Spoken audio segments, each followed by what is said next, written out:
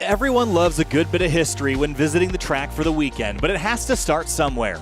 For the Formula One track in Austin, Texas, the history book is still being written, and it's still in the first few chapters.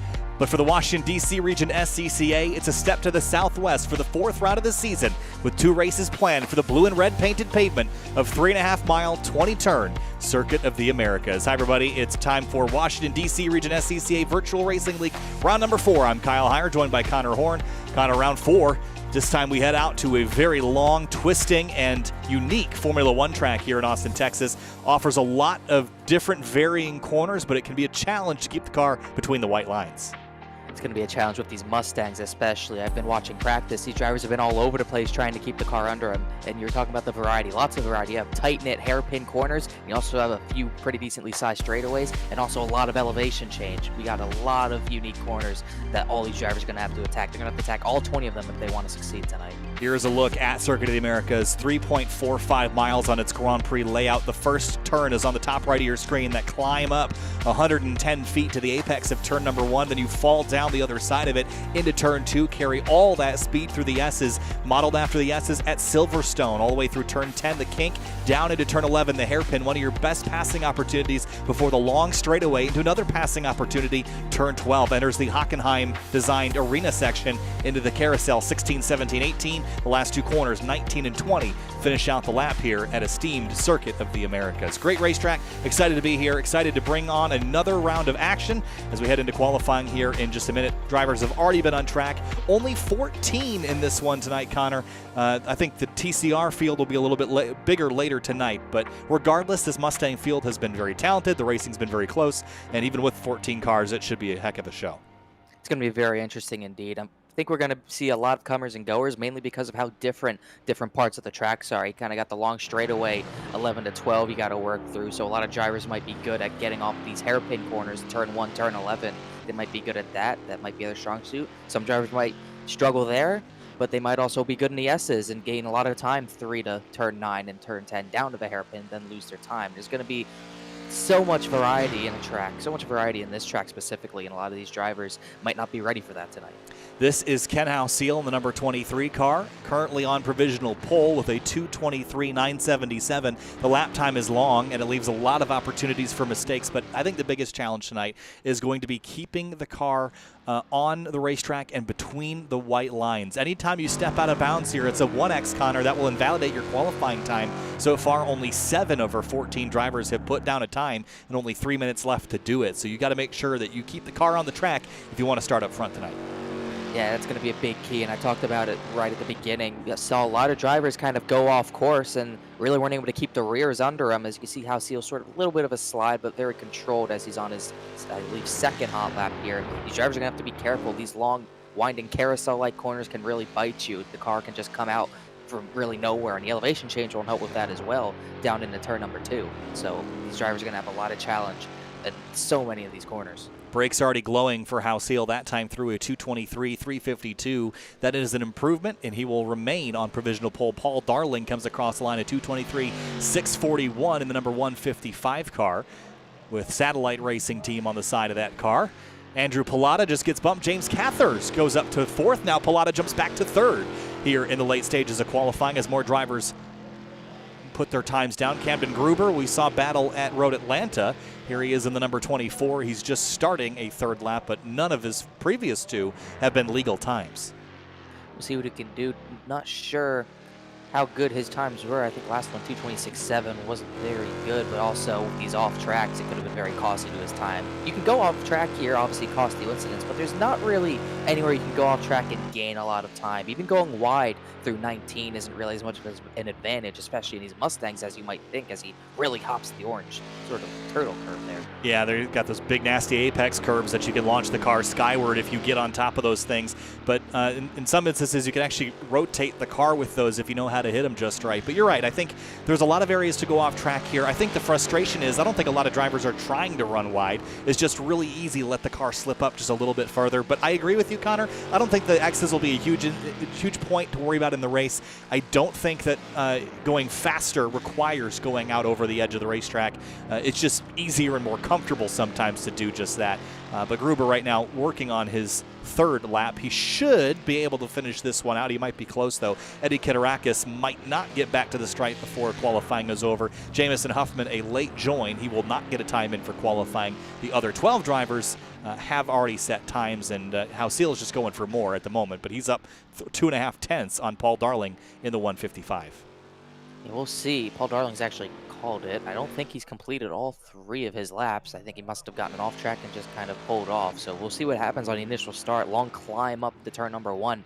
That's where a lot of drivers, we'll see if we see any desperation. It's an easy part of the track to want to make moves because it's an obvious dive bomb corner, but also we've seen a lot of calamity in that corner, which is just natural for a corner so sharp.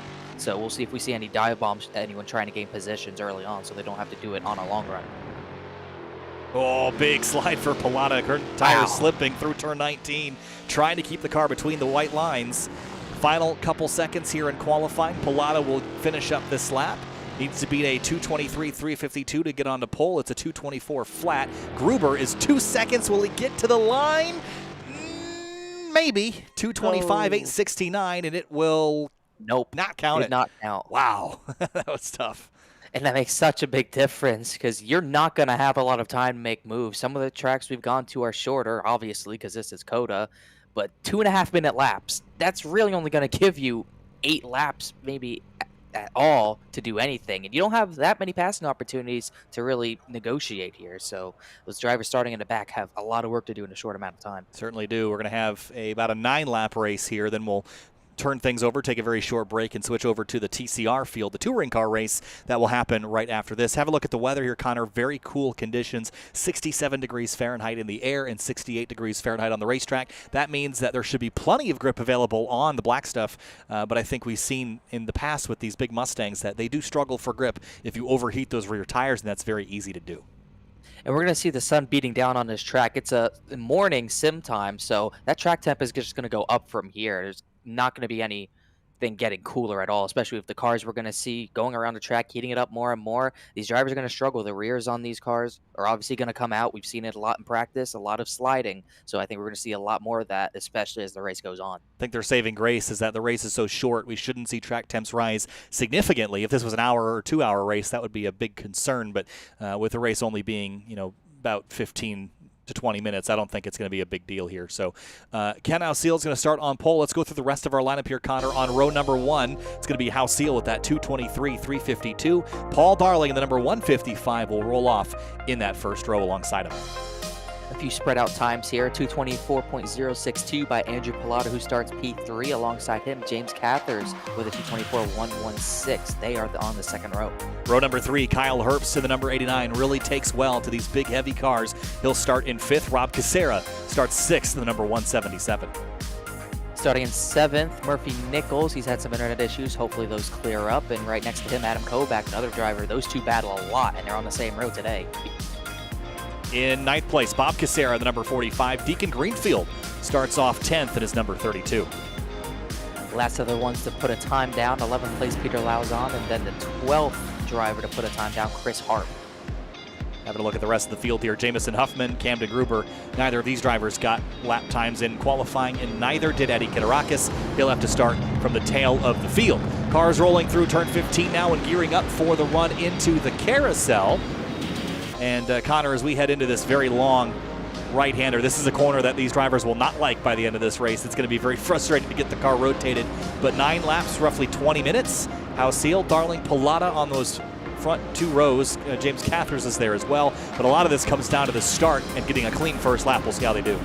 It's going to be very difficult to get a clean start with a starting corner like turn number 1. You have to be so careful of everyone in front of you and behind you. One of those tracks, one of those first corners where you kind of brake super early just to be conservative and then hope you don't get ran over. So it's just going to be kind of dicey for a lot of these guys. Sun is rising here in Austin, Texas. It's time for round 4 of the Washington, D.C. Region Virtual Racing League here in Austin. Final corner for the race leaders on the pace lap. And waiting for that green flag, it will happen a little bit farther down the road here. Packed up, paired up, 7 rows deep. And there's the green flag. We're racing from Circuit of the Americas. 20 minutes on the board. pretty orderly so far. No 3 wide moves yet, but wait till the braking zone into turn number 1. We'll see what happens here.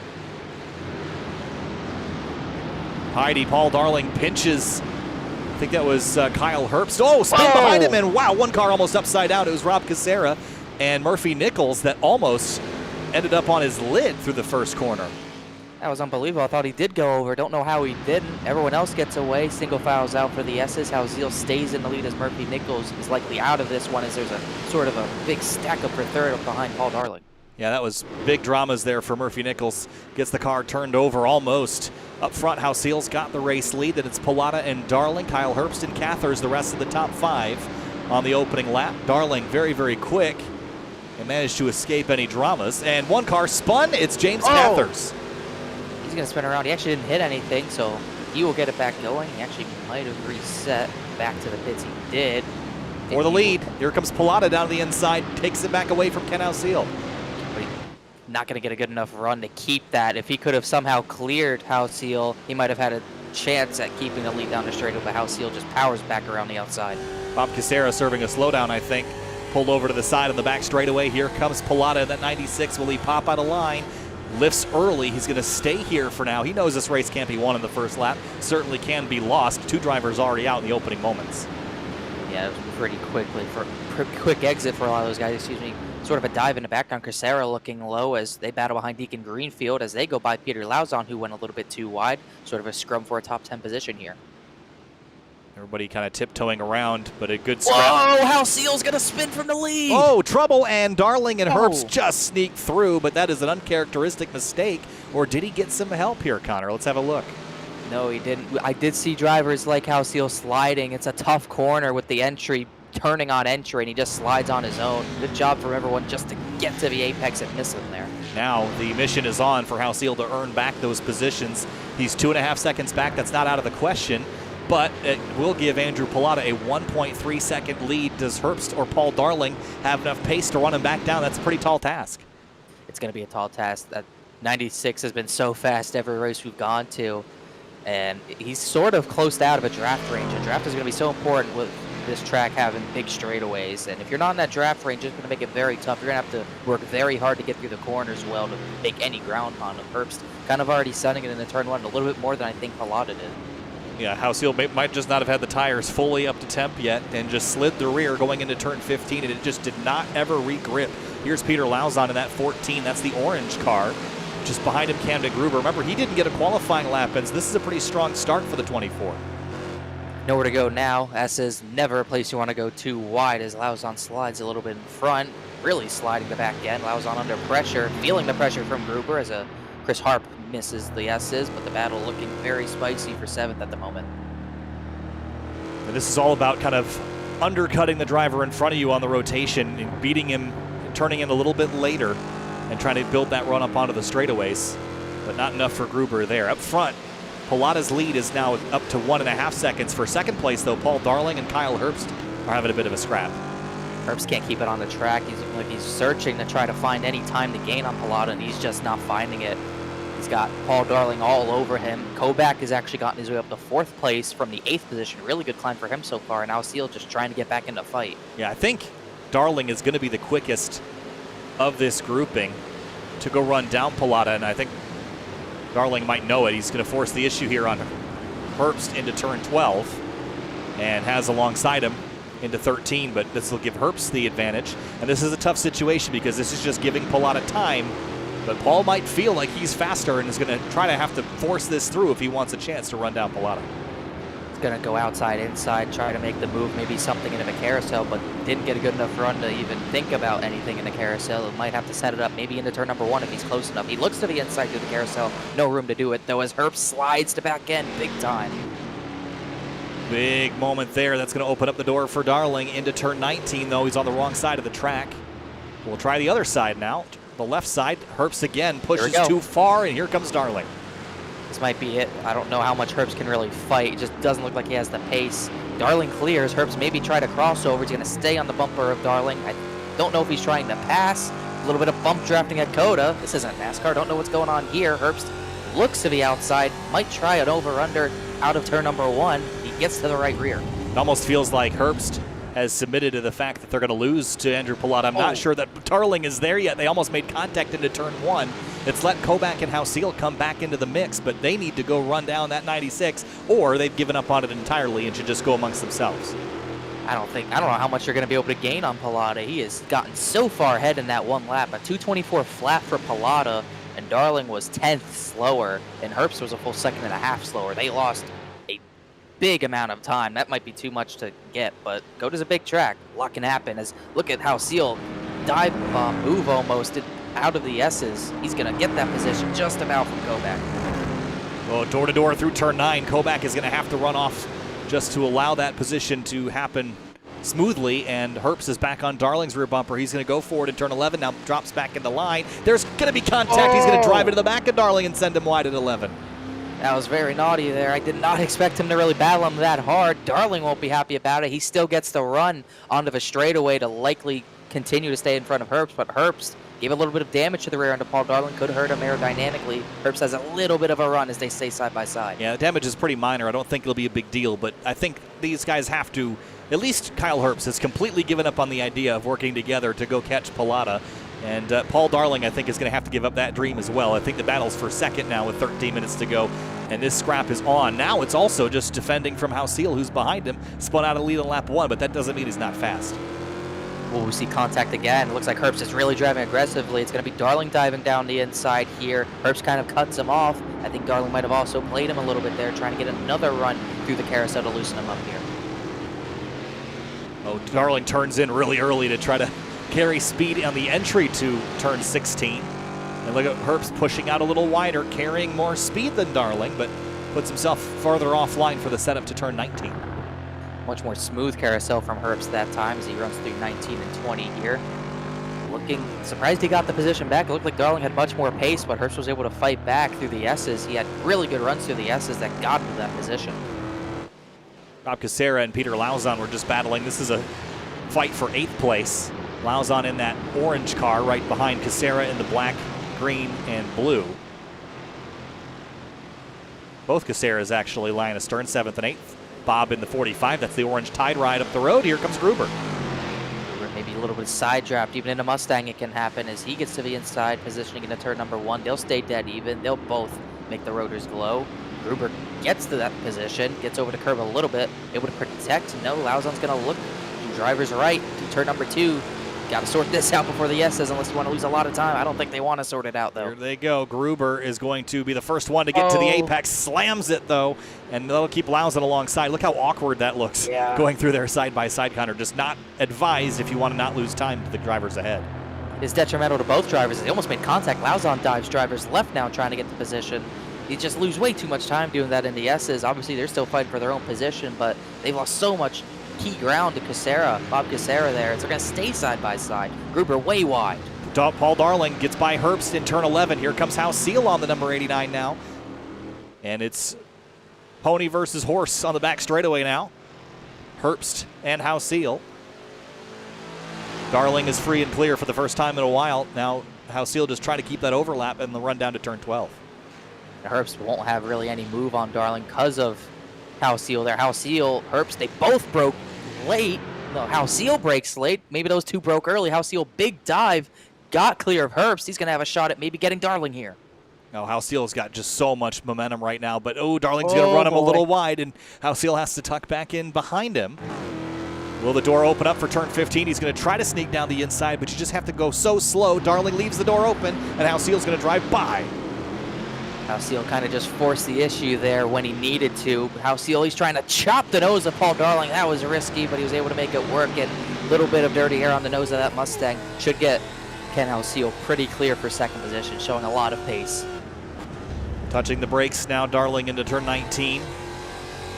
Qualified second. He's got the pace for P2, but just kind of got caught up with Herbst, and that left him vulnerable to the 23. Now the 89 of Herbst is back.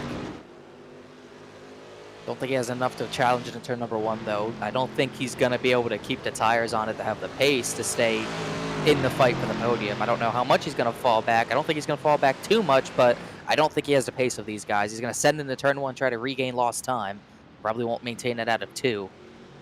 Yeah, great entry by Herbst in the 89, the bottom car on the screen, but lost a lot of time on exit.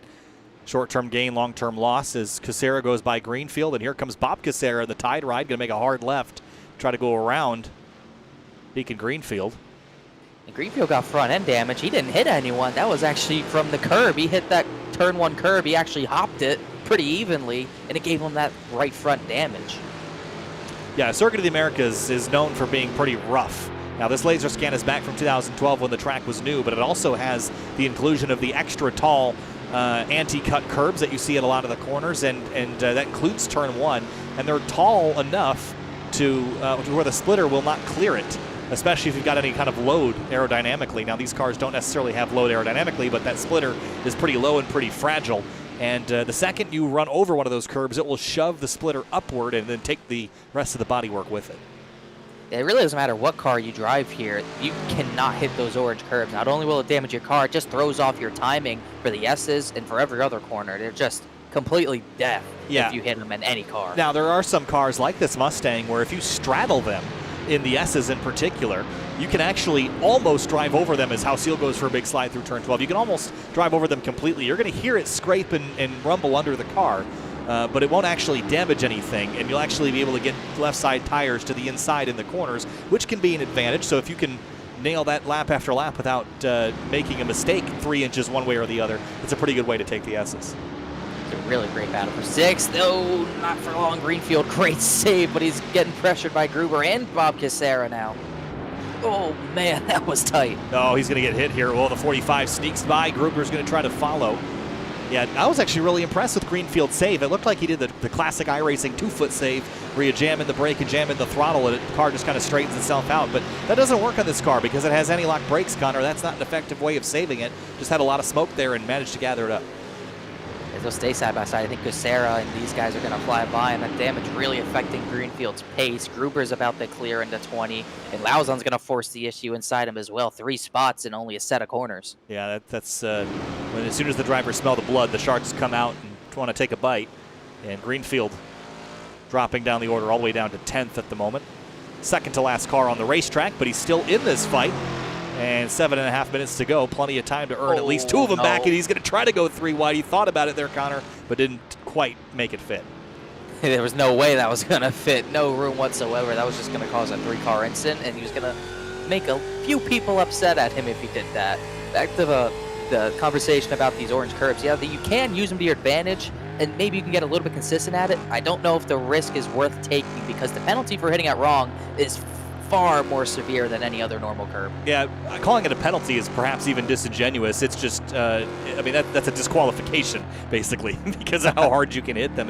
It'll, I mean, if you hit it once, you pretty much risk damaging the suspension terminally here. So Gruber is getting absolutely hounded by Peter Lauzon over turn 9. That 14 car has been a menace in the rear mirror of those back there today. See what he does in the turn 11. He's been very aggressive. Oh, that's going to be a hit. Oh, deep on the brakes. Gruber gets the bumper, and that's going to get Lauzon in the position as Deacon Greenfield goes for a slide. Yeah, too early on the throttle. Felt opportunistic. Thought he'd jump on the gas a little early. And Gruber's got significant rear end damage, and Lauzon's got a lot of front end damage. I think he just missed his braking point and couldn't get the car slowed, but that's on Lauzon there. You just got to be conscious that the guy might brake a little early, you might brake a little late, leave yourself more margin, and not enough margin left there. At least good on Lauzon to give that position right back. Yeah, absolutely. Great sportsmanship there for sure. Yeah, the big front end damage. I'll probably hurt Lauzon more than it'll hurt Gruber for sure. And Greenfield, I think, just spun trying to avoid all the chaos as he gets a little bit of leeway to his own here. I think when he saw the spin, or when he saw Gruber run wide, I think he just got to the throttle sooner because he saw an opportunity to pass and just jumped on the gas, hoping he could steal one, and ended up losing his opportunity. Yeah, it was a shame. He was running a decent race, being able to defend for a long time there, but just couldn't keep it. I was looking at the top 4 drivers' times last time by. When they all single-filed out, they were putting up decent times. Actually, a matter of fact, both Paul Darling and Ken Howseal and Kyle Herbst were 6/10 faster than Pilata that time by. Yeah, now that they got the fast horse out front, that's Ken Howseal, you have to wonder, can they run Pilata back down 6/10 quicker and only 3 laps left? That math doesn't quite work out, but we'll see how much they can eat into this and see if Pilata will make a mistake. But as for the 96, all he's got to do is just hit his marks, and he's been doing that pretty well so far. The last lap around was uncharacteristically slow for his pace so far this race. So if he just gets right back up on the horse, I think he'll have no problem. Yeah, he's been running consistent times. His fastest lap came lap 3. He ran 24.3s the last 2 laps, and then just sort of a little bit off that latest one. I wonder if Kyle Herbst is thinking he should have let everyone by and kind of just fallen in line so he could have a chance at the win. I wonder if he regrets that in any way. I mean, I would. It's early in the race when you're fighting that hard for second and the leader is driving away. I think you have to have the mindset of, let's, a little bit of co-opetition. Let's work together to go run down the leader. Because I don't think Pilata is impenetrable in that way. I think he's got a chink in the armor, and it's just overall pace. Houseel sat on pole. So I think the 23 is faster. Now that I think about it, I think Houseel's regretting his first lap more because he was obviously looking pretty fast. I mean, it would have been a good battle between those two for sure. That's how Pilata got this lead in the first place, was he was out of the draft distance because Houseel spun. Pilata was able to juke around it, and everyone else had to slow up just a little bit. And that 1.3 second gap that he gained put everyone else out of drafting distance, and that's when Herb said, you know what, I want it by, and then that's when they all got stacked up behind the 89. It's just difficult to have that mindset work together to get to the front, because at the end of the day, it's not a long race for you to do that. You only have, at that point, it was probably about 18 minutes, but 20-minute race, it's hard to think about the long term when it's only 20 minutes. Yeah, you just have to, you have to plan the race in reverse. Where do I want to be on that final lap, and what can I do to get there? And in Herb's defense, he might have thought he was the faster car out of this bunch. But that has not shaken out to be quite true. We've got 2 laps to go for Andrew Pilata, and that gap is steadying at 3.7 seconds. That time through for Pilata was a 2:24.784, and only 0.2 faster for Houseel and 0.3 faster for Darling. So again, the math doesn't work unless Pilata makes a big mistake. Kyle Herbst was actually the fastest out of that group that time by Houseel. Kind of losing a little bit of the time. We'll see if Houseel maybe burned off the tires, trying to get back to his position. Not sure if Darling can really compete for that second position with anything, and if they do compete, Herbst is going to be right back in it and might get aggressive for that second and third position. There's the gap. They can see Pilata up the road, and Andrew's just been nailing the apexes here in the S's without nailing those curbs, which has worked out well for him so far. Now I wonder, at this point in the race, now you're 3.5 seconds back. Now Pilata needs to spin out or have a major screw up to lose this lead. At this point, it's game on for second place, and now it just comes down to if Paul Darling's got the pace, and a big slide by Houseel out of turn 9 might leave an opportunity for Darling to close that gap up. And at this point, race for second. There's not enough time left. Got to look for good exits if you're Darling. You can't really focus on outbreaking him in the position you're in, as Herbst really misses turn 11 badly, so he'll lose a lot of time to those two. Darling, it's about exits, getting runs on these straightaways, especially the front straight and this sort of back side stretch. You need to be patient with your runs, though. You can't just dive bomb here, for example. I don't think he'll be close enough. If he is close enough, obviously, but at this rate, you just have to be patient. We'll see if he looks, though. Yeah, he's close enough to take a look out from Houseel's mirror, but he's going to stay in line and play nice for now. We still have a lap left. I think Darling is going to have to make a move in the arena section, the section we're in now, on the final lap. You don't really want to leave an opportunity for Houseel to get the spot back and bring the 89 into the mix. So I think Darling is going to lead this as late as you possibly can. I think your last real passing opportunity is probably right here to turn 15. If you're lucky, you can probably prolong that all the way until turn 20, but you better be really, really good at 19 to set that pass up. I want to see a good example of how dangerous these orange curbs are. You got to look at Bob Caceres' front end. That was the most latest lap, and he's destroyed the front end of that thing on the orange curb. Holy cow. It's like they put a concrete wall in over there or something. Yeah, that doesn't look like a curb. It looks like he hit someone on the racetrack, but he definitely didn't. Pretty interesting. White flag coming out this time by, though. Pilata's dominated so far. We'll see if he can close it out. Yeah, one more to go. White flag waving on driver's left there. The finish line is at the exit of turn number 20, the one closer to the final corner. 3.6 seconds back to Houseel, and Darling is 0.3 back from P2. Might have a battle for 7th opening up here. Caceres lost a lot of time to Camden Gruber. Gruber is closing out on him. That damage is really going to hurt Caceres on these straights. Yeah, it's going to leave him like a wounded fawn in the woods and a wolf looking to take a bite, because Camden Gruber is close. Half a second back. It's even closer for second place, though. We'll have to keep an eye on both. Big curb hop by Houseel there. Got a little greedy. Kind of traded that Paul Darling last time by hit that same exact curb. extremely hard. Darling didn't lose as much time as Halcyon did this lap, though. That being said, Darling's still really not close enough to have any sort of look. And Gruber gets by Bob Casera. Peter Lausen also spelling the blood in the water, but for second place, this is our highest and most forward battle. We'll keep our eyes on this one for the rest of the lap. And Darling, don't shoot too deep here. Set yourself up for turn 12. Use that off track, unwind the wheel, Connor. You want to use as much racetrack as you can. If you have off tracks left to use, again, we do count off tracks here and they can get you into trouble, but Darling used one up there to try to run into the back of House Seal. Quote Greg Ginsburg in the chat, Bambi better run right now because House Seal is under attack. Here he comes. Here comes Darling to the inside of turn 12. Later on the brakes, yes. Yes, sir. Glows the brakes, able to get the advantage, trying to push Halcyon wide, force him wide. Contact made, they keep it straight. Halcyon back with the advantage. Now Darling has to keep overlap here alongside the left of Halcyon. He's going to re-clear him. Now turn 15 is a good opportunity. He's going to swing over far right and try to build this run around the outside and set him up for the last corner here, but Halcyon gets a very strong run. Darling slips the tires, running out of corners. He just swung a little bit too wide there. If he kept it a little bit tighter, it would have went all over his bumper. Gets some cleaner through the carousel. Halcyon looking for the exit. Darling lost a little bit too much time. Yeah, I think he's going to be hard-pressed to find a way around Halcyon at this point. Closes in 19, but for race leader Andrew Pilata, after getting the lead early when Halcyon spun, he's going to round the final corner and win in the Mustangs yet again. Here comes Halcyon in a hard-fought battle. Almost lost it, but he will come home in second after sitting on pole. Darling rounds out the rest of the podium. Great fight there. Deeper in the field, how about 8th and 9th? Lausen and Casera both nursing damaged cars back to the checkers.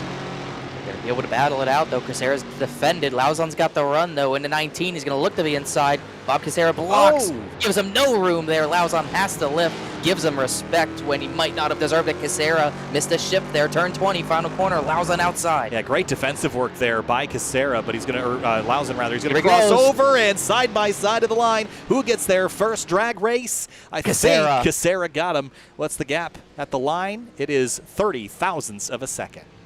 Insane. That came down to the shift. We always talk about how the shifting is so difficult in this Mustang. It came down to that. Lausan just didn't get through the gears as good as Bob Casera. Really good race there. That was a lot of fun, especially at the end between Lausan and Rob Casera. Let's have a look here at our race results. Connor, Andrew Pilata gets it done. Easy peasy lemon squeezy for him. It just had to drive away. It was all in the spin by Ken Halcyon that made the difference for him. They might have battled even harder. The times, Pilata not putting up the greatest times at the end there compared to the second, third, and fourth machines, but they were drafting, which makes a big help at a track like this. Halcyon's going to be kicking himself for that one. Yeah, then looking down the rest of the order, Paul Darling, Kyle Herbst, Kobach, Casera, Gruber, Lausen, Greenfield, and Harp. The rest of the lineup then, Murphy Nichols and Cathers out early. Jamison Huffman never even got a chance to run this race, unfortunately. That is unfortunate, but that's just how it was today here at COTA for the Mustangs. In a minute, we're going to head over to the TCR race, Connor, to get our second and final race of the night complete and done with. We'll have to take a break. Yes, sir. It's going to be fun to watch so far. It's been pretty exciting to watch this track unfold. It did heat up a little bit. Tires were looking squirrely at the end there, but a lot of hard-fought racing. We'll be back in a few minutes for TCRs. Hang tight.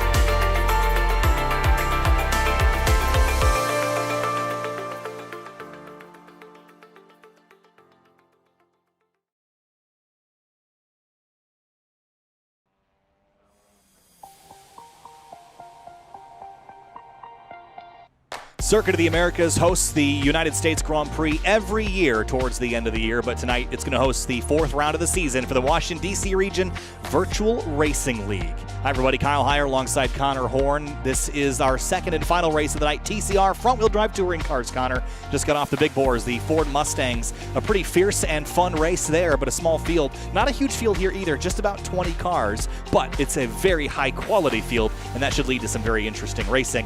The other thing to worry about, though, front-wheel drive cars around here can be a bit of a pain.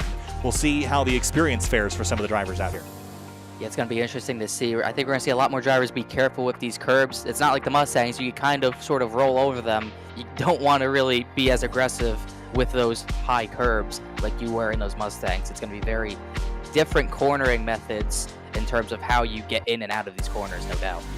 Well, I mentioned we have a star-studded field tonight. We are not featuring DJ Alessandrini this evening. He is not making this round, but in his place, Tom O'Gorman has joined us tonight, the number 94 ASM Honda Civic Type R. So Tomo is here. Morgan Burkhardt, Jamison Huffman, Caleb Patry, Will Robbins, all of the usuals.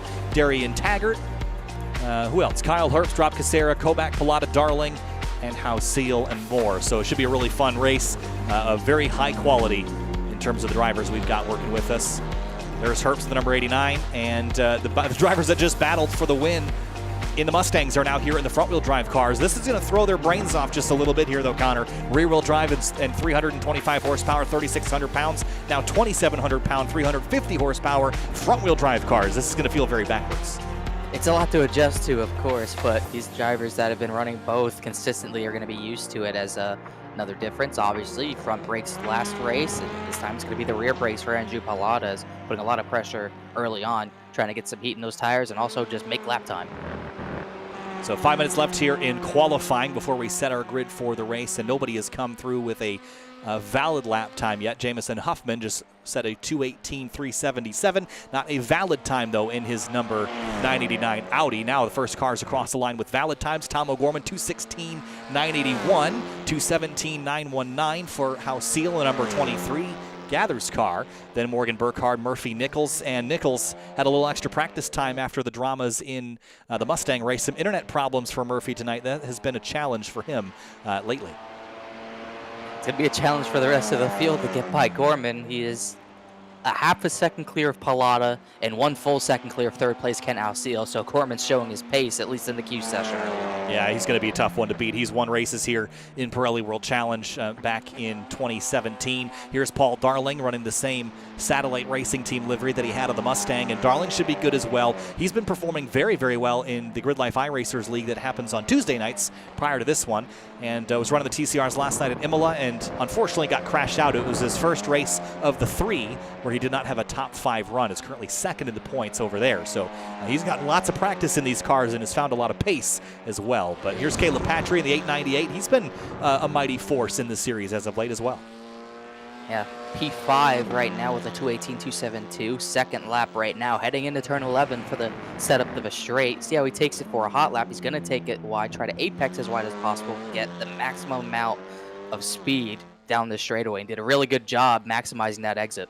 Yeah, O'Gorman's 6/10 clear at the pointy end of the field. Camden Gruber documented his battle in the Mustang race. He's here in TCR now, getting his qualifying effort in. We've got 15 drivers with qualifying times, a further 7 that have not yet laid a time. Make that 6 as John Willeman sets a time. It is HKS number 13 Honda. That's a great looking livery, I think.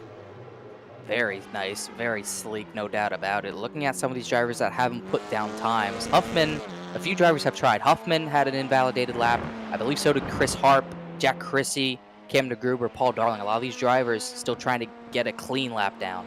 Yeah, so one of the interesting things we've been talking about across the board here in iRacing is the BOP of these cars. I have found that the BOP is extremely close. These cars all have their advantages and disadvantages, but their overall pace around pretty much any track is roughly the same. Have a look here, though, on the timing and scoring. I think that pretty much proves it, although the Hyundais are probably a little underrepresented here. Honda and Audi, though, pretty much back and forth all the way down through the top 15. Yeah, pretty back and forth like we were talking about. Not really like last season with the other cars that we ran. It was, I believe, if I remember correctly, it was heavy on one Yeah, manufacturer. it was the GT4s. It was where the Porsches would just dominate everything. Yes. It's not quite that strong here. Morgan Burkhardt, again, with his Wow. extremely impressive pace in this series. We've seen him here for a while in the WDCR SCCA Virtual Racing League, and he's been in the mix, but he has not been this competitive ever, and he's right up there going toe-to-toe with a professional driver, only 84 thousandths of a second off. He is a tough one to beat. And this is going to be an interesting lap to watch here. He only really needs to gain just under a tenth to knock him off the pole. Obviously, Gorman's still on his third lap as well, but Burkhardt could knock him off with a perfect lap here. On the rumble strips into turn number 11 and setting up for that long back straightaway. Gorman's still out on the racetrack. He is on his third lap as well. They're roughly in the same area of the racetrack too, at least at the moment. Also looking at Paul Darling. Sorry about that, but Darling has he's tried to put down 2 laps and dirty laps both times, so he's in danger of starting way down the order. And we know the pace he has, and it would not be good for him to be starting that far down. He'd have a lot of cars to get through and a lot of calamity to get through. This is his last opportunity as well. We've got 1 minute and 23 seconds left here in qualifying. Jack Chrissy jumps to 6th, but Darling, ooh, that might have been into 1X right there. And it hasn't pulled off. Yeah, if he stops or does not get a clean lap in here, to start at the tail of the field is pretty much dooming yourself. You're not going to climb through 20 cars, maybe 15, but you're not going to get all the way to the pointy end, especially not with O'Gorman, Burkhardt, and House Seal, and Pilata, the front 2 rows at the moment. And Jamison Huffman's in the same boat as Darling. He's on his final lap. He's actually coming out of the final corners now, 19 and 20. No clean lap means no good starting position. Meanwhile, looking at Burkhardt, he's coming through 19 and 20. Let's see what he's got. Morgan Burkhardt in the number 2. Last lap was a 2:17.065 that put him second quick across the line now. Will he go faster? No, he will not. O'Gorman, though, goes much quicker. Is it valid? It is yes, it valid is. in a 2:16.584 pole position for Tom O'Gorman. I feel pretty confident no one's going to beat that. And Paul Darling's lap was not clean, and I believe Jamison Huffman's was. He put himself P9, so Paul Darling is going to be one of only 2 drivers not to put a time down. Porter didn't try to. Darling just couldn't make it work in the end. Yeah, that's going to be a tough one. Andrew Pilata jumps to 3rd in the final moments, swaps row order with Ken House Seal, so Pilata will be 3rd, House Seal in 4th. Great, fun qualifying session there, but for Paul Darling, got a lot of work to do here in this 20-minute race for the WDCR SCCA Virtual Racing League. We'll head down to the racetrack here in a moment, run through your starting grid. But again, let's have a quick look at the track map again here, Connor. Tonight here at COTA, 3.5 miles, 20 turns. The trouble spots are also tend to be the passing zones. The arena section, turn 1, turn 11, and turn 12, but fast and flowing and offers a huge variety of corners. Yeah, big variety. You have the big elevation change up turn number 1, sort of a hairpin sort of situation. Then you sort of have a swinging turn 2, right into VS's turn 3, 4, 5. You had to hit him so perfectly all the way up to turn 9, then turn 10, sort of a dog leg downhill left into another hairpin turn 11, and then you have sort of you get to open it up a little bit, turn 11 to turn 12, big long backstretch. Yeah, and then that leads you down into the arena section that's modeled off of the Hockenheim circuit over in Germany. Leads into the carousel, turn 16, 17, 18 before those last 2 corners. Looking down from high above, that's that arena section right there at the top of the screen. Really great switchback section. It leads to some fantastic racing. The challenge in a front-wheel drive car, though, it's hard to get the car rotated through there, Connor, so you have to be really, really patient on the throttle pedal tonight to make sure that you can make those corners and get yourself set up for the following corners, because this track penalizes you for not anticipating the flow that it has.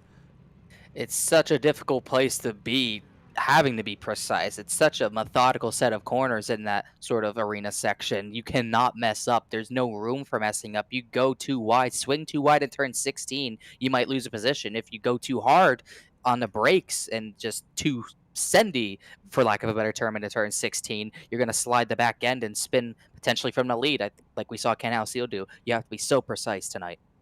Well, a couple drivers left to join the grid, Caleb Patry, Murphy Nichols, and Robert Porter, but they are not going to make the grid or will have to start from the pits, so that will be an issue that they'll have to deal with in a bit. Oh, they did make the grid, actually, just in time. As we roll off, here is our starting lineup here, Connor, on, I skipped that front row. Let's try that again. Tom O'Gorman starts on the front row. Morgan Burkhardt starts in second in the number 2 car, Connor. Then row 2, Andrew Pilata and Ken House Seal. Then a rows behind, Caleb Patrick, Kyle Herbst start side by side in the third row. Fourth row, Jack Chrissy and Murphy Nichols. Row number 5, Jamison Huffman in the number 989, and Adam Kobach starts 10th in the number 85. And then Todd Rushing, P11, row 6. He shares row 6 alongside Will Robbins, P13, P14. That's Robert Cassera and Darian Taggart starting alongside one another. Then in row number 8, Camden Gruber in the 24, Bob Cassera. They roll off 15th and 16th. 17th and 18th, Peter Lauzon, and then Faraz Barzinji with 2 very close times. And round out the rest of the field, it's going to be Chris Harp in 19th, John Willeman in 20th, then Paul Darling and Robert Porter are your last row here for our last race of the evening for round number 4 of the DC Region SCCA Virtual Racing League. O'Gorman and Burkhardt, this is going to be a fun battle, all about the start here, and this is a rolling start this time, so no worries about getting off the line for Tomo. That's what held him back a bunch at Michelin Raceway Road, Atlanta. It's going to be interesting. Going to be a dogfight in turn number 1. A lot of fast drivers at the front this time. Palad is going to be hungry. Hal Seal might have an opportunity. These guys might have to be a little more defensive than they want to be in the turn number 1. 21 cars taking the green flag here at Circuit of the Americas, Speed City in Austin, Texas. Green flag, we're racing from COTA. O'Gorman shoots out of a cannon. Burkhardt slots in a line right behind him in that Audi. It's got great legs with that shorter DSG gearing. It's going to help it up the hill here and into turn 1. Goes the long way around of O'Gorman. Everyone else side by side behind him. It was Palada inside. Burkhardt kind of had to give it to him with the line he took, so they'll be side by side. Burkhardt should get the run off, stays P2.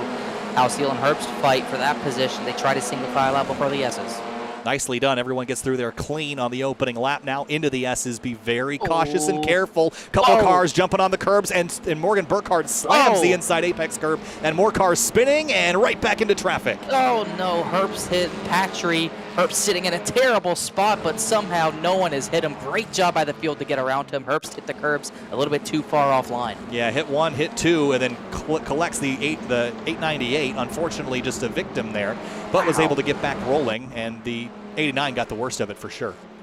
Very impressive. No one hit him. Great job by the field once again. Will Robin, evasive action as we see a little bit more evasive action. Yeah, Palada was really late on the brakes, almost got in the back of Burkhardt, and more contact as the 898 of Patry goes down the inside and strands Taggart in the middle of a 3-wide situation. They'll sort it out now. Up the road, Will Robbins pulls off to the side. I think he's got a slowdown or some damage that is unfixable.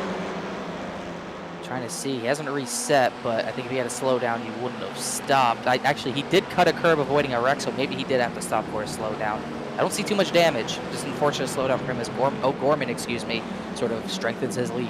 Yeah, really tight back here for 10th to 12th spot. Todd Rushing goes a little wide. See some smoke perhaps from some tire spin, and we're still sorting it out back here. Very close racing, and still 2 and 3 wide, Connor. Barzinji a little wide. This is getting sort of scary. A lot of cars to be so tight. Back, Bob Cassera into the back, and he slides. He's able to save it. He got in the back of Camden Gruber. Those drivers come together. That gives Caleb Patry the room he needs to get back by. Here's Darian Taggart of the ASM car on the outside of, I think, is that the 14 car? Yes, Rob Cassera. And they're going to go door to door into turn 19. Can they pull this off? Todd Rushing wanted to make that an opportunity, and they had to back out of that a little awkwardly. He slid the tires, fronts and rears, pretty badly there as Bob Cassera drops back with the front end damage. He's nursing a bit here as they still try to sort it out. That was an insane pack, 10th to 18th for a while there as they start to finally spread out a little bit as Cassera drops back to the back of the field. So O'Gorman is your race leader. Morgan Burkhardt is in second. He clipped one of the curbs on the opening lap. I don't see any damage on that car though, so he should be okay to continue. Andrew Palada rides third, so it's Honda, Audi, Hyundai. Big jump there for Palada, really aggressive on the rumble strips. Can't be as aggressive as he was in the first race, so he's got to sort of pace himself. He's not going to be, obviously not in the same position as last time when he was able to run away in clean air. He's going to have to work hard if he wants any chance at getting O'Gorman. And where's Paul Darling? He started deep in the field. How about 21st, dead last? He's up to 12th and has 3 other drivers in front of him, Patry, Rushing, and Taggart, all on the chopping block. They have to make a lot of moves here. Not a lot of time. Once again, still only a 20-minute race, so he's going to have to do everything he possibly can to get through the field. He might have to take risks he might not want to take here. And Patry, big risk to the inside of Rushing into turn 11. Oh, contact. Door slam there. He got there. He had overlap, but then kind of blew the corner just a touch. And that's going to open up the door for Darling and Rob Cassera behind him in tow. So pressure's going to go with Darling. Darling does have the run. Rushing doesn't have much to compete with. Not too much damage from that contact. Maybe just enough to make just enough of a difference for that 155 of Paul Darling to make the move here to turn number 12. Yeah, damage can be pretty sensitive. Rushing has to bail to the inside and gets it slowed down just enough to not clobber the drivers he was racing with. Chris Harp went even further, if you could believe it. My goodness, that was insane. And no one hit each other somehow. Here's a look. Oh, just missed the braking zone by a metric mile and then just right through. Very, very lucky the track was clear and empty up the road. That is the definition of hard stopping. My goodness. One car a little off course there. That's Feras Barzinji, the 125. Kyle Herbst on a recovery drive after that big lap 1S's incident. Back up to Darling and Rushing. I'm not sure that this scrap is completely done. Kind of impressed with Rushing's pace. He's been kind of a thorn in Darling's side here the first couple laps. It's probably been the most wild car out of anyone. He's been really sliding the tires in these early laps, as I think Gruber might have gotten a slowdown in the back, but Rushing's been very aggressive in and out of the corners. He's been really abusing the tires. We'll see how that works out in maybe 2 laps time, but for now, he's all over Paul Darling still. ASM out front. Tom O'Gorman leads the way. And it's going to be tough for Morgan Burkhardt to run him down, but he is matching his pace. Last time by a 2:17.107, only about a tenth shy of the pace that Tomo was setting out front. Pallotta, Hausiel, and Jack Chrissy, 3, 4, 5. Murphy Nichols and Kobach having a bit of a fight, nose to tail here. Kobach in the 85. And just up the road, Jamison Huffman. Now remember where he started. He started 9th. It was a late effort in qualifying that got him that starting spot, but now moving forward very delicately. Done a good job keeping it clean. He's gonna have to look to see if he can get the Chrissy in a few laps time potentially, but he has the draft of Hausiel, so that might get a little bit difficult. But you know, this battle for second is gonna heat up. Pallotta looks a little bit more pacey than Morgan Burkhardt right now. We'll see if he gets any sort of run into turn 12, and if he does he take it? This is gonna be sort of a situation in last race where you needed co-opetition to maybe chase down Pallotta. They didn't do it. Will they have learned their lesson this time? Well, 2:16.8 for Pallotta. That was 2 tenths quicker than Tomo, so I think he does have the pace, but was it just because of the slipstream that he had on the number 2 car the last time around? That has yet to be seen. Here's Taggart under fire from Caleb Patry. Patry will complete the pass. Number of 2 wide battles in the 12. Robert Casera, Peter Lauzon side by side. They will keep it clean, give each other room. Lauzon will go wide. Kyle Herbst under Camden Gruber in the same position. And even farther back than that, Chris Harp sending it to the inside. Makes the corner this time. Barzinji did not. Virtual fans getting quite the show at turn 12. Again, a good grandstand to be in if you're a fan here at Circuit of the Americas. Oh, the 125 is going to push Chris Harp a little wide. That will open the door for Casera, all for 17th place. Visually looking at the gap between O'Gorman and Burkhardt, I could have sort of Burkhardt cut into that lead a little bit. He definitely distanced himself from Pallotta for sure, as O'Gorman is not getting away and not fully out of slipstream range yet. I'm trying to figure out why that looks that way, because last time by, O'Gorman should have been only a tenth slower, 2:16.8. Not a shabby lap time at all, but Morgan ran a 2:16.7 and cut into that lead. It's now 1.1, and Pallotta is in tow. Again, I think there's something to that co-opetition that you mentioned, that if Burkhardt and Pallotta stay nose to tail, they might stand a chance of running Tomo down on pace alone. A lot of good packs. P9, Caleb Patry leading Taggart, Darling, Rushing, and also for P18, P17, Barzinji's gotten by Chris Harp, as he's got a line of Harp, Casera, Bob Casera, and John Williman behind him. Darian Taggart feeling some pressure. That is Paul Darling in the 155 behind him. Remember, there is season prizing on the line here, so Paul has a lot of incentive to move forward to where he belongs in terms of overall pace, and he's about halfway there. So he can't spend a lot of time behind Taggart, but Taggart's quick enough to be a bit of a roadblock for Darling in the meantime. I think Iniesta's Darling was trying to set it up for maybe turn 11. Don't think he's close enough to even have a dive unless he's feeling really antsy. Does show the nose. I think he might actually go for it. No, he gets back in line. Almost halfway through this race now, 11 minutes and 53 seconds. This battle continues for the lead. In drafting distance, Burkhardt is closing in that Audi. And Darling now fully alongside with Taggart, and he should beat him to turn 12. I don't think Taggart can really fight with anything here. I think he knows Darling's faster. He does break a little earlier. Darling will get the position. Don't think Taggart will be able to over-under him. Darling finally clear for the top 10 spot. So yeah, so Tomo, I wonder if he just burned off the front tires on this car. He is being run down. Or is it just the slipstream affecting the two and pulling him in? Now the question remains, we haven't seen Tomo in traffic yet. He might have the pace to get back around Burkhardt if he were to lose this lead, but 11 minutes to go. If he's losing pace in relation to the two cars behind him, that's only going to get worse. He could be saving his tire, but also it's a risky thing to save tire and let Andrew Pallotta in your slipstream like that. If it was me, I really wouldn't want anyone that close in my draft. Excuse me, Morgan Burkhardt, to have them in my draft. Both of them are really close now. I don't know. I think Gorman might be saving. I think he knows what he's doing, but you got to be careful. If you lose too much time before you get out of turn 11, you might put yourself at risk for a dive bomb. Yeah, 0.6 of a second is the gap. 0.4 back to Pallotta. On board now with second place car, Morgan Burkhardt. And we talked about this in the pre-race. He's been so impressive this season in this car in particular. He's really taken a liking to this Audi in particular, this Audi Rs3. Now, you know, you and I pre-race talked about the BOP of these cars. Now, I don't think that any individual car has any significant speed or handling advantage. They all have their pros and cons. The one thing the Audi does have that gives it a slightly different characteristic is it's got the DSG gearbox. So what it does is it has much shorter ratios than that of the Honda or the Hyundai, which can help out of these slow digs. You can get a lot more torque, and going uphill, it'll help a lot. It does seem to struggle a little bit in the twistier sections where O'Gorman is able to eat back some of that time.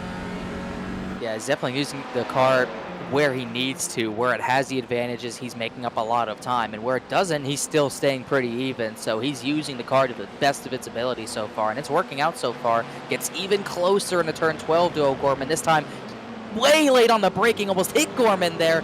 Way too deep, and puts Pallotta right on his bumper. Yeah, that was a little bit too deep of a lunge. I don't think he meant to get in that deep. Might have spooked Tomo just a touch, but Pallotta now on the tailpipes of the number 2. They've lost a little bit of ground in that exchange. As we go back to Darling, he's up to 9th past Patry. Has put Taggart far in the distance of the rearview mirror. For Burkhardt, that's just not a mistake you can make. To beat Tom O'Gorman, you're going to have to be perfect. You have no opportunity to make mistakes. You have no reason to believe O'Gorman's going to make a mistake. You need to be perfect, and a mistake like that could be all he needs to get away from you. Yeah, and again, he's an IMSA driver and has won 2 races in this exact car. So the last thing you want to do is get into a side-by-side battle with Tomo and expect an inch. He's going to expect you to have the skills of an IMSA driver and leave you a car width plus an inch. And you better be good enough to drive within that inch or you're going to find yourself off course.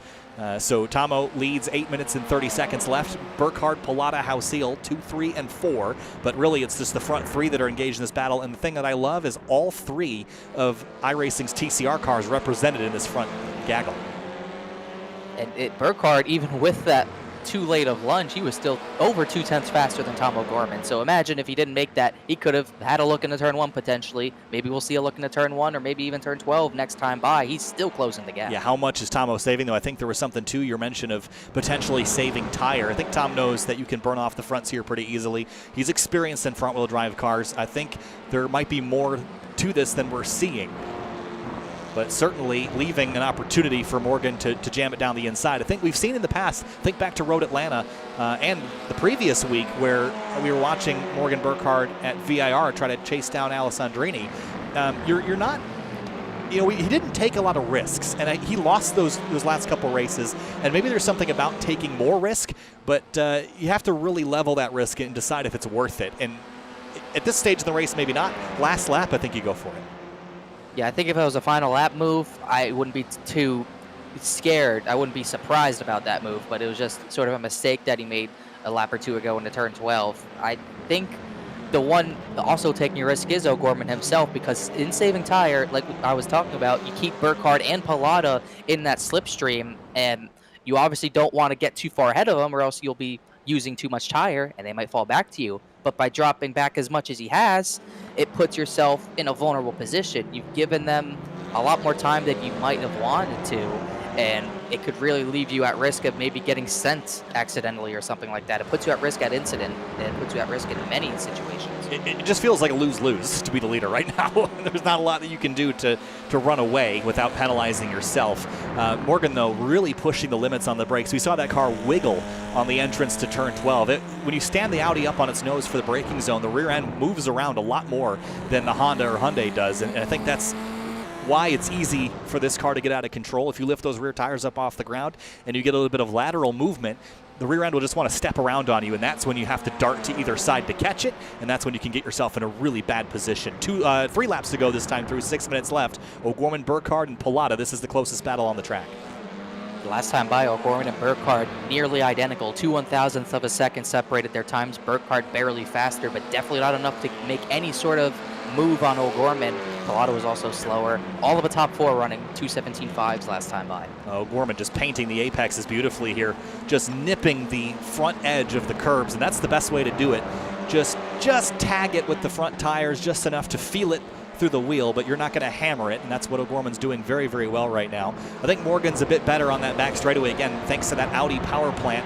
That shorter gearing really gets up to speed better and was able to close in on Tomo heading into 12. That's where this 2 car is going to win this race, in my opinion, is heading down into 11 or 12. Yeah, he's going to have to maximize his exit out of 11. He messed up a little bit last time by on lap 6. This time a little bit cleaner. He looks a little bit closer this time down to straightaway, but still not enough to make a move. He's running out of time. He has to get closer, maybe a little bit more clean through the S's to have a chance at Tomo. You can see how much he gains towards the end of the straightaway, a little on the brakes early into 12, perhaps knowing that he's going to overheat those tires, continuing to brake that late. But this will be setting up for 2 laps to go, so now you're going to have to start to strategize. And if you're Pilata, what do you do with 2 laps to go here, Connor? Do you want to get by Burkhardt, or do you want to wait for things to get spicy between him and the leader? I think at this point, Burkhardt still can easily get to O'Gorman. He still has a very viable chance to get to him as he closes in a little bit more each and every lap. I don't think you really try to make the move until the final lap. Pilata's been close enough to make a move. Multiple times he could have made something happen in the turn number 1, maybe turn number 12 and 11 as well. But I think right now the driver in second is your best friend because he is chasing down the leader. He can make a move, go side by side, and if they clash, it's yours to lose. Final corner on the 3rd to last lap. This will be 2 laps to go now as they come across the start-finish line. Tomo's time, this time a 2:17.5, 2:17.6 for Morgan Burkhardt, 2:17.7 for Andrew Pilata, so stretching the accordion just a little bit. Alceel is actually faster than all of them that time by around 2/10. Too little, too late, but he's just almost back in the slipstream to compete with these guys. Burkhardt a little bit of a lockup into turn 1. Into the S's penultimate time. This is all about being accurate with the placement of the car. It's something that's very difficult to beat on someone who's driven this car professionally. But Morgan keeping pace with them in an area where Tomo certainly has more real-world experience. Trying to look back at the battles behind Paul Darling. It took him a while, but he did close in on Murphy Nichols and Adam Koback. He could have a shot at 7th. Will definitely have a shot at 8th as Koback goes wide, really missing apexes. Darling's going to have a big chance. Goes to the outside. Adam Koback just really struggling there, and Darling easily gets by him. Yeah, he's just going to wrap turn 8 and 9 here and should have that spot. He does. Moves into 8th place, puts Murphy Nichols on his next list. Up into 7th would be a pretty good run for him. Dead last to P7. We've lost Rushing, Herbst, and Robbins over the course of this race. Everyone else still rolling and running. Back straightaway again for Tomo, Burkhardt, and Pilata. The gap is 4/10. And that's too far back. See headlights flashing from Alceel, but he's not really a factor here. But 4/10 back is too far, Connor. I think if you're within 3/10 as you leave turn 11, you're going to be in a great spot. But I think Morgan needs to do a bit better than that next time around. He needs to be at the rear of O'Gorman, essentially out of turn 11. And then you'll have the slipstream. He'll force O'Gorman, to go into a defensive position, possibly. He needs to close it a lot in the S's. I don't know how hard he's been working in the S's, but he's going to have to really drive it hard. Not too hard to lose too much time to have a chance, but he has to be so methodical if he wants a chance. Pilata is right there on Burkhardt, but I think if Burkhardt doesn't take a lunge by turn 12, I think then we might see that fight for second. But I think all these drivers have been driving almost to their limit. I think Tomo's picking it up just a bit, has saved that tire that he needed as we get to the white flag laps. This will be our final time around here at Circuit of the Americas. If Tom saved tire, now's the time to use it, and that time through he was almost even with Burkhardt, and it's half a second as they climb the hill for turn 1 the last time. Yep, oh, Burkhardt's gonna get sent. Pilata went to the inside to go for the position, and Burkhardt keeps it, but that's really going to throw a wrench into Morgan Burkhardt's chances. Yeah, that cost him about 2/10, that move there into turn 1 now. It all comes down to the S's for the final time. Tomo out front. Burkhardt driving in really deep, clips a curb. Is that going to cost him even more time? It's just driving anger. I think he's really upset at Pilata. I think he might know at this point his chance is gone. I wouldn't be surprised if he was upset at Pilata. That was a very late dive by Andrew there. Yeah, 9/10 of a second. Tomo's looking in the mirror and seeing those cars get smaller and smaller. And Pilata, to his credit, has put himself in a great position to snag one spot. Down into turn 11, Burkhardt's forced to go defensive. Here comes the 96 around the outside into the braking zone. Morgan cheats him over to the right just a touch. And back straightaway now for the final time. O'Gorman's gone, 1.3 seconds. It's a battle for second. That was all the difference. How Seal closes in. Maybe he has a chance at a podium position as those two battle, and I don't think they're happy with each other. Meanwhile, for the 7th position, Murphy Nichols has come together with Paul Darling. A little bit of contact. Darling gets the position. Yeah, they locked horns there a little bit. Now battle for second once again. Burkhardt and Pilata. Pilata on the left, Burkhardt on the right of your screen, and into turn 12 now. Burkhardt goes the short way around. Can he clear Pilata? Yes, keeps the overlap from happening. Now Pilata is going to go the other way around. Tomo's loving this. He's free and clear, and now House Seal's in the mix now for second place. Pilata will see if he can do anything. He's not going to have to dive. He's going to try to over-under this time. We saw the move not work for a podium on the last lap, but he executed perfectly. He'll have a little bit of a run into the carousel. Distraction tactics from Andrew Pilata has pulled Burkhardt back from a chance for the win. 2 corners left for the battle for P2. Turn 18 and turn 19. Pilata sets him up for 19. He's going to cut over, but Burkhardt defends beautifully. Last turn for second place. Tom O'Gorman's going to come around and win, but for second and P2, Burkhardt and Pilata. Last corner, Pilata's going to try to cross him up. Can't do it, can't get there. Burkhardt finishes second. Pilata and Hausiel third and fourth. Jack Chrissy in fifth. Now back to 7th place, Paul Darling.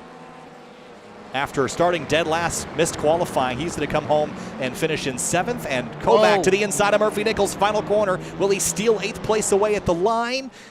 Murphy's got it by 41 thousandths of a second there at the end. Almost really missed. He really did miss the corner, turn 20, able to get a good enough run to keep the position. That was close. Yeah, I want to go back and look at the Burkhardt and Pilata issue that they had going into turn 1. I think that's worth looking over. Go back a little bit farther here just to get an aerial view of exactly what happened. So Pilata's back about 4 car lengths here and up into turn 1. On the brakes really late and just lunges to the inside and didn't make contact with him there, Connor, but that just made Burkhardt glance up. Nothing dirty there, but it certainly was a late lunge, and it probably cost Burkhardt a real chance at the win. Oh, for sure. He was car lengths behind, no doubt. Wasn't really an opportunity to pass. He kind of made his own opportunity. And I think he thought that Burkhardt was out of it to make that move. That, or he just was in there knowing where his braking point was, and he just went farther than Burkhardt. But I can't really blame Burkhardt if he's upset with Andrew Pilata. In my eyes, in my opinion, he still had a chance at O'Gorman, and Pilata very quickly took that away from him, making that move. Here's a look at the race results. Tom O'Gorman gets it done, leads from flag to flag. It wasn't by a big margin, but he comes home in command. Morgan Burkhardt, Andrew Pilata battling for second. Hausiel narrowly finishes fourth, and Chrissy, Darling, Nichols, Kobach, Patry, and Taggart, the rest of your top 10, Connor. A really good job by Paul Darling, 21st to 6th. Incredible drive for him. Looking at Peter Lauzon, he gets a good finish, P11. Gruber climbed up to the 12th position. Bob Piercera had issues earlier on. He able to get to 14th, and all these drivers, Jameson Huffman as well. A lot of good drives from some drivers. Yeah, a couple drivers did not finish the race. Casera, Rushing, and Herbst out. Robbins and Porter, you can add to that list as well. We got Morgan Burkhardt standing by. Another week, another second place for the number 2. Thought you might have had a shot there at Tomo Morgan, but thwarted with some pressure from behind from Andrew Pilata. Take us through it. Yeah, I noticed that he was a lot quicker on the opening laps. Just got the tires up to temperatures a lot earlier, but in talking to some of the other guys who run the Honda, they start to go off pretty quickly, so kind of just laid back, waited for it to come back, and it started to come back towards the end. I was able to get pretty close, well, close-ish, and then on the last lap had some pressure from behind that I had to stop. So I didn't get the good chance that I wanted, but I'll take a second. Pretty strong run, and the driver up front, of course, a 4-time winner in IMSA Michelin Pilot Challenge, pretty stout competitor up front. So to hang with him, that was really mighty impressive, Morgan. Congratulations, and off to next week. We're heading to Oran Park. That's a really tight, twisty circuit. The Audi seems to be a bit more of a bomb than a missile. It's a little bit less maneuverable than the Honda and the Hyundai. How do you think you're going to do out there? I'm worried for that one, to be honest. The Audi, as you said, it's a good straight line. Anything that's not a straight line is not its forte. I think the only thing that's really going to save me there is I've always done pretty well at Oran. It's a track I really enjoy, so we'll just throw everything at it and see what sticks. We'll see you next week, Morgan. Congratulations. We'll see you in Australia. Thank you. Andrew Pilata came home in 3rd place, put some pressure on Morgan Burkhardt in those final moments, and the battle went from being from the lead into 2nd place. Andrew couldn't quite get it done, but gave Morgan and Tomo a run for your money. Congratulations on the win of the Mustang race. Take us through the fight there in the TCRs. Yeah, it was, thanks. Tomo just really had too much pace, and I kind of been struggling at COTA, both this and the Mustang race, so I really just kind of had to wait, and I tried to take advantage of being able to kind of make a move on Morgan from last week, but it didn't really work here, and I got to leave him some room, so even if I had to lunge at him a little bit, it didn't quite work out the way I was hoping. Well, the next couple of weeks we had some very different tracks on the schedule. We've been to some big American tracks, but now we're going to head over to Australia and England for the next couple of rounds. Oran Park, Brands Hatch, then back here to Mid-Ohio, Olton Park, then Road America. So Oran, Brands, and Olton all kind of share that tight, twisty combination. How do you think your Hyundai is going to do there? I mean, it's a little bit of a struggle. I think the Honda is better in general, but I like kind of having the different car here, so. I think it'll be good on the tighter tracks, but mostly I'm just hoping I don't suck. Well, you certainly don't. We'll just see how you do next week at Oran Park. Congratulations. We'll see you there in Australia. Andrew, thanks for talking. Congrats on the Mustang win. And we'll see you next week in the Mustangs again and the TCRs. Thanks, guys. Thank you. And don't think we're going to hear from Tom O'Gorman tonight, Connor, but as far as he saw it all happen in the mirror, got it done and took home the victory here at Circuit of the Americas. Love this racetrack. I just love watching touring car racing. It just never gets old. I could do this 47 times a week. So much fun to watch. Pretty much used to do it 47 times a week, Yep. so that's not too crazy to think about, but it was an exciting race. A lot of good fighting at the front of the field, very stacked up at the beginning, but everyone sorted it out. Really only a few retirements. Everyone else raced to the very end. Close battles at the back and at the front yet again, and I thought we were going to see a very close finish maybe for the lead, but Andrew Pilata wanted that 2nd position. It looked like he was a little bit faster maybe up into turn number 1. He took the opportunity where he saw it, couldn't make it work. And that's just how racing goes sometimes. You're racing for positions. You're not just racing. You're just not running out there to see the guy finish 2nd without you saying anything about it. So that's racing sometimes. O'Gorman was loving that in his mirror, though, no doubt. Yeah, it had it all happen behind him. Next week, Oran Park for our TCR and Mustang categories. That's going to be a real tough one in the big Fords. That'll be a frustrating one, I'm sure, to get back to the throttle and turn those cars around. Then we head to Brands Hatch on February 23rd. March will bring us Mid-Ohio, Olton Park, and Road America to finish out the rest of the season. That's going to do it for us tonight, though. Kyle Heyer alongside Connor Horn. Thanks for watching the DC Region SCCA Virtual Racing League. We'll see you next week from Australia and Oran Park.